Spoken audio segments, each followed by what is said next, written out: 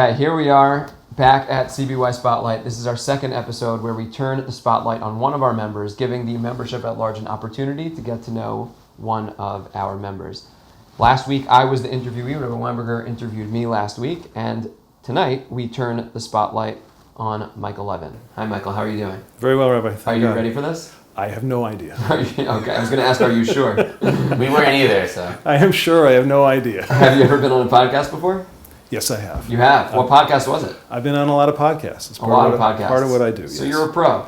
Okay. Have any of them been as intimidating as this podcast? This is not intimidating. Okay. Just kind of waiting. I'm glad to hear. You're among friends. He You're seems among much friends. more comfortable than us right now. So. Waiting for this to be over. Fair enough. No, I'm delighted to be here. I'm honored to be asked. So part of the purpose of this podcast is to help people in our shul get to know each other. It's a huge shul. It's really hard to get to know all of the hundreds of members that are in the shul.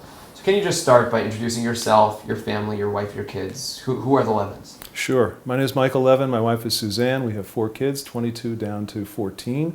They are respectively about to start a PhD.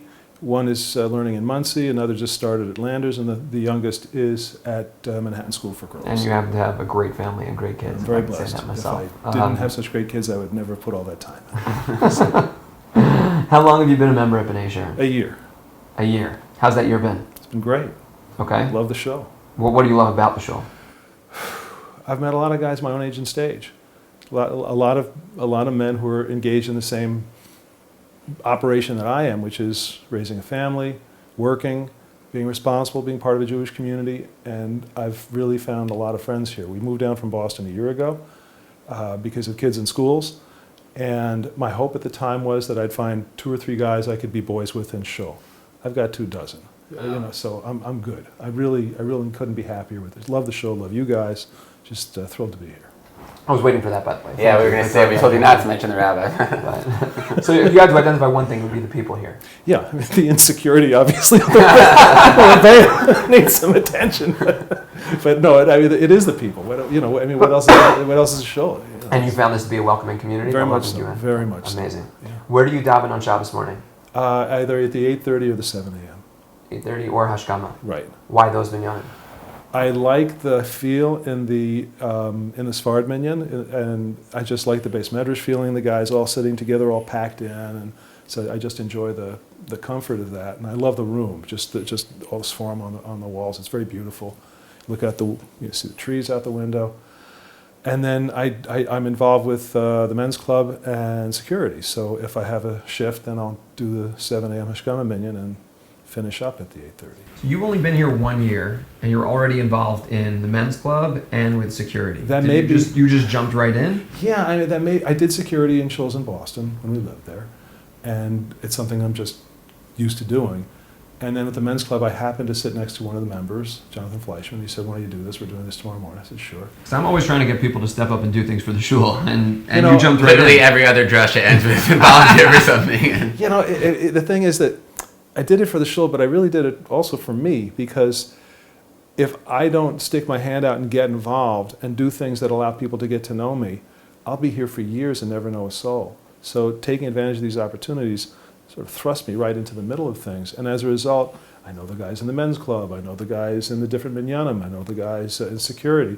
So I have this chevra, I have that chevra, I have a bunch of guys. And if I waited for people to come to me, not just at B'nai Sharon, but in any setting, I'd be waiting a long time. So entirely theoretically, if you were to make a pitch to other members to get involved, you would tell them that what they gain from it is more than what they give. I'd say we have enough people. We're okay. Thanks, Michael. Can we bring This is clearly not scripted. No, I'd say absolutely. I mean, it's always more rewarding. I mean, it's just, it's a give before you get world anyway, and it's very rewarding to you feel more connected to the shul when you're standing outside it, doing security, or you feel more connected when you're slopping food. Whatever it is that you're doing that's of service, it just makes you feel a sense of pride, a sense of ownership, sense of connection. So I would absolutely recommend getting involved to anybody. So we're thrilled that B'nai Sharon is a big part of your life, your family's life, but obviously you have a life outside before B'nai Sharon and a life outside. You have a pretty cool career, if I can say so myself. You're an author, a New York Times best-selling author, there are probably other accolades which we'll include in the footnotes after that we owe you. But so tell us how, when you know you want to get into writing, and specifically ghostwriting, which is something I came to learn that you were involved with a little bit ago. So how specific, when you knew you wanted to do it, and specifically this genre of writing. Sure. I'm a lawyer by training. Oh, really? I didn't even know that. Yeah, I don't talk about it because people mostly don't like us. Did you work as a lawyer? For about an hour and a half. Okay. Okay. So you made like $3,000, I guess. It depends. Were you billing by the hour for that hour and a half? Yeah. I worked It's more than we make. I hope so. I worked in 2 firms in Boston, and it was a bad fit. It's just not where I wanted to be. At the same time, I was already writing books. I did a book on my experiences about Tshuva. Kitav published that they bought it while I was still in law school. Came out the following year. I wrote a novel after law school about being in law, about the law school experience, and Simon and Schuster bought that. It was just like being struck by lightning. I was like about 28, I think. I sold 3 novels to Simon and Schuster in my late 20s. Couldn't sell the 4th, ran out of money, starving writer, found a mentor, showed me how to start a business, which was offering private writing classes. I rented space from my yoga instructor, bought chairs and a whiteboard, filled the classes, and eventually the people said, can you consult with me? And then finally they said, will you write this for me? And that's how I backed into a career in ghostwriting. That's 29 years and 900 books ago. Wow. So, yeah. So this is, I love books, I love people, I love learning, I love language. So I'm around my favorite things all day long. And for the most part, I mean, sometimes it's just work like anything else, but for the most part, it's just fabulous. Okay, and from what we understand, you've done an excellent job in this. You're also a guest contestant on Shark Tank. That's which true. You never told us, and I just, Googling your name, eventually I came upon that. You didn't even mention that. It's a pretty cool thing. Well, I don't go around going, hey, Michael, Yeah. I was on Shark Tank. Did you I see would. my episode? It probably wouldn't do me well, but I would do that. I want to start telling people, hey, I'm on a podcast. That's the best I got. So yeah, take us through that experience. Sure. Were you doing it for the fame? Were you just actually hoping to win? Were you Backed into that as well. I'd love to tell you that there was a master plan behind all of this, but there's not. I was interviewing the executive producer of Shark Tank for a client's book, and he's telling me about all these incredibly cool entrepreneurs. This was after season 2. And I'm just sitting there feeling really less than, because my business is me sitting in a room typing. And these people are inventing chili and doing all kinds of crazy things. Then he said, I want to turn this interview around. Have you ever thought about applying for our show? And I looked at him like he had 2 heads. I said, are you kidding? I sit in a room and type. He said, I want you to apply.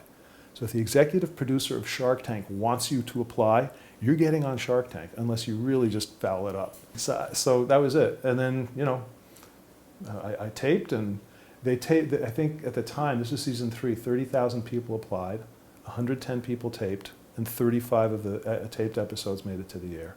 35 of the entrepreneurs, so I was incredibly lucky. Wow. It's not a business that requires funding or investors, so I kind of had to make up a pitch. Nobody invested in me because I'm not scalable, because I'm Damon John's like, well, can you do this for families and at $15,000? I said, can't. He's like, I'm out. They were all out, but it was fun. We were discussing that. Yeah. We would love for you to write some of our drushes during Elul. We can't give the $35,000. $72 a drush. There are a lot of rabbis who would. Yeah. I only stick to the truth, so I couldn't. No, I've written a lot of books for Rebbeim. Oh, really? Yeah. Interesting. Okay. Yeah. All right. When we're up to books, maybe we'll turn to you. So, but not drushes. That's not mine. You mentioned that one of your early books was about your journey as a Baal Tshuva. Right. Can you bring us into that journey at all? Were there any particular moments that really made a spiritual impact on your life? Were there a series of moments, mentors? Bring us into your journey. I'll tell you one story. I was sitting in a train station in Geneva, Switzerland, on a Friday afternoon in 1978. Okay, can we get a little context on that sentence? I was sitting in a train station in Geneva, Switzerland. What brought you to Switzerland? Well, I was backpacking through Europe. Okay. I'd been on a game show the summer before, if you really want the details, and I made enough money to not have to work the following summer, and I went to Europe. So this was before Shark Tank. This was 1978. This is Okay. before Okay. adulthood. Yes, I was 20. Yeah. What was the game show? It was then called the $10,000 pyramid. $10,000 And I pyramid. missed the 10,000 by this much. So you won money on pyramid. One money on pyramid. So you're sitting in this train station in Geneva, Switzerland. I'm sitting there, I'm waiting for an overnight train to the south of France, and then a guy comes along and sees my college t-shirt. And he said, "Did you go to Amherst?" I went to a school called Amherst College in Western Mass. And I said, "Yeah." And he said, "So did I. Where are you going?" I said, "I'm going to France." He says, No, come with Spain to me. Spain's really cool." I'm like, "Okay." So he says, "Are you Jewish?" I said, "Yeah." He said, "It's Friday." I said, "Okay." He said, "Do you want to go to a synagogue?" I said, "Sure." So we asked the tourist office. I'm easy. So we went to the tourist desk there and said, "Where's the synagogue?" And they said, "Well, it's over 2 blocks from the shul." So we walk over there, and it's 3 in the afternoon on a Friday. Place is closed. It's not Shabbos yet. So okay. So then we go back to the station, and we're about to get on the night train to Barcelona, and then on the way up he says, "Wait, it's Shabbos now." I said, "Okay." So he takes a bottle of wine out of his backpack, and we grab it and we say Kiddush on it. Now, I hadn't said Kiddush on wine or grape juice since my bar mitzvah, 7 years earlier. And then he's got candles in his backpack, and we light candles and we affix them to the steps. Today we'd be in prison in Spain forever for terrorism, but at the time nobody cared. We lit the Shabbos candles. Then we got on the overnight train. The next morning, we're in Barcelona, we're on the Ramblas, we're in a hotel room that was $6 for the 2 of us and another guy, and another 50 cents if you want to take a shower, which we did. And he gives me an article. He said, "Have you ever read this?" And it was an article by Ellen Willis, and she was writing about how her brother had gone to Aish in Jerusalem and had become observant. And she was outraged by this. So she goes there and she gets essentially into a disputation with one of the Aish rabbis. And the whole thing, I mean, it's just fiery. And you can find the article online today. So I read that and I thought, wow, I always wanted to know what was in Judaism. And I had no idea. And I had no idea where I would ever find that out. And I sort of made note to self one day. A year later, one of my college roommates had transferred from Hebrew University to Or Sameach, to Balchuva Yeshiva. So I happened to be going to Israel for part of that summer, went to see him, and they got me. And I've been here ever since. Or Sameach. Or Sameach. That's That's where it started. All right, so you do ghostwriting, you write your own books. Is there any 1 or 2 books, one from each maybe, that you would recommend to people? We have a national audience, so people are going to want to read. People are listening. That you would recommend any particular personality that jumps out that was interesting? I did it. The first celebrity I worked with was Dave Winfield, who is the Yankees Hall of Famer. And my agent called and said, "Would you want to meet Dave Winfield, work with him on a book?" I knew nothing of Dave Winfield till I watched this Jeter documentary that came out this summer. So I was much more impressed after I watched that. And I know you told me, but he's a Hall of Famer. He's a Hall of Famer. That's to my discredit. I'm just. No, it's fine. So my agent said, "Do you want to meet Dave Winfield and possibly do a book with him?" I'm like, "Sure, I'd love to. I used to see him play all the time." So he said, "Okay." And I'm walking out of the office. My phone rings one day. "Hi, Michael, this is Dave Winfield. I hear you're interested in a book." And so we got together and we met. And Dave's a thinker, and he's known as a thinker among ball players. He's the only person who was drafted by the NBA, the NFL, and MLB. The only one ever. And he gives me, after the first meeting, he gives me about 110 pages of material that he'd written. And he gives it to me and says, "Why don't you read this and see if there's a book here?" So I take it home, and I read it, and I realize this is a terrible book. Sorry, Dave, not a terrible book. He's probably watching. but just not. So I came up with my own book plan. Here's the title, here's the subtitle, here's the table of contents. So I call him the next day. I said, "Dave, I'm not sure that what you would do is going to be big enough. Here's something better, or here's something different." I wouldn't say here's something better. Here's something different. Here's the title. Here's what it's about. And there's a long pause. Long enough for me to contemplate what it would have been like to work with Dave Winfield. And fortunately, after a long pause, he comes out and says, "That's good. I like that." And we were, it's like, wow, thank you.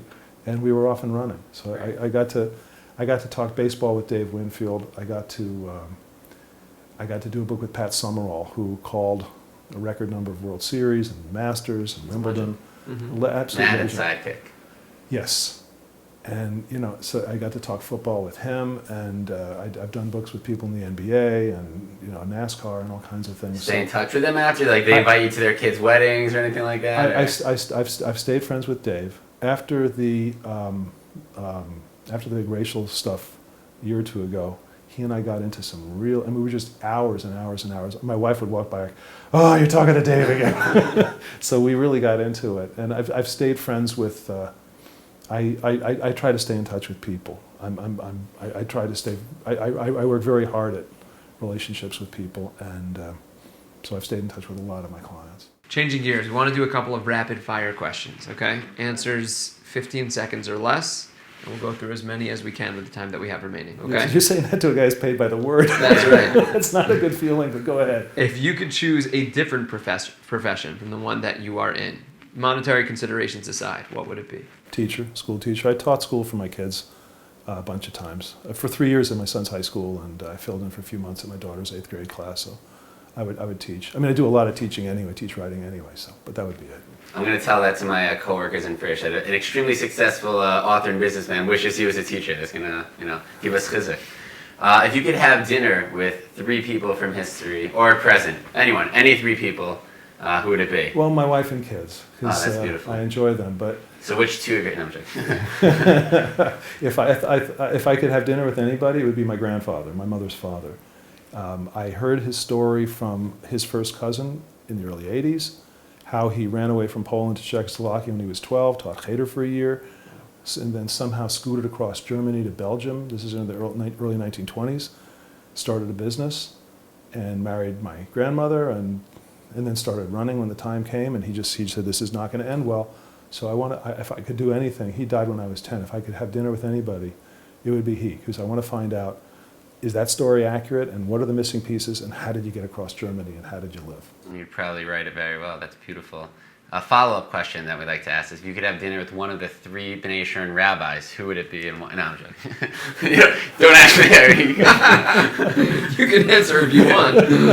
You could take all 3 of us out to you. We'll go anytime. But Michael, you live a life of books. What is your favorite book? My favorite book ever, Winnie the Pooh. Okay. What is your favorite restaurant? It could be Teaneck or abroad. I'm not a food guy. I mean, my favorite restaurant's home, because my wife is such a great cook that it spoils me for anywhere else. So I'm just not a restaurant guy. Perfect answer. Yeah, it's true too. That's the added benefit of being true. As it happens, yes. You've clearly traveled. You mentioned before that you've traveled around the world. What's the most interesting place you've ever been to? Oh my gosh. I do a lot. I do a lot of travel. I mean, this year I was deported from Sweden. That was kind of different. They said that my COVID credentials were not in order. This was in the spring, so they held me for about 7 hours. They wanted to keep me overnight, and somehow I talked my way out of it. And they wanted to keep me on a cot by gate 49 with a Russian guy and with a Greek guy who were really, It's like that Tom Hanks movie. Except it wasn't a movie. Yeah. So that was. It sounds like a potential book. Yeah. No, I mean it was so traumatic I could barely talk about it. But so that was different. But I mean, for the most part, the travel goes well. I don't get deported that often. So. All right, if you had to choose, halacha considerations aside, for the next year you could either, well, you said you're not a food person, but go with it, play with us here. Either fleishich or milchik for the rest of the year. Which one would it be? I've been a vegetarian for 30 years. Okay. I don't think really.